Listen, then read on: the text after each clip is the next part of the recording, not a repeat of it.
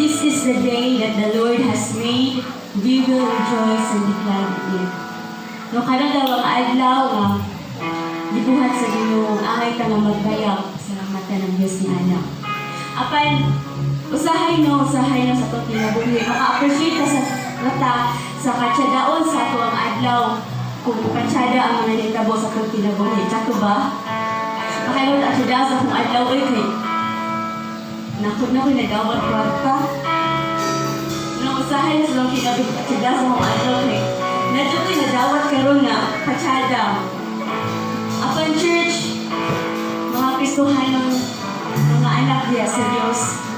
Whether tsada ato mga ang nabuang nahitabo sa tuwang adlaw, tsada man na o pili. Enough na kaayo na ganun sa mga kasalo.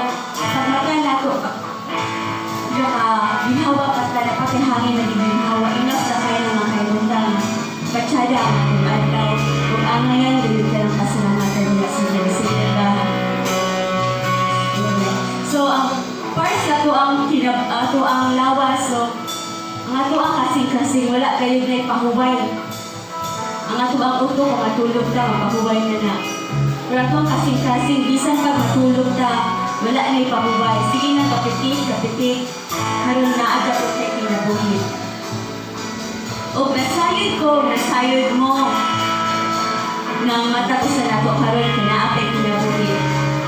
Kapitik pa ba ito kasing-kasing diha? Amen.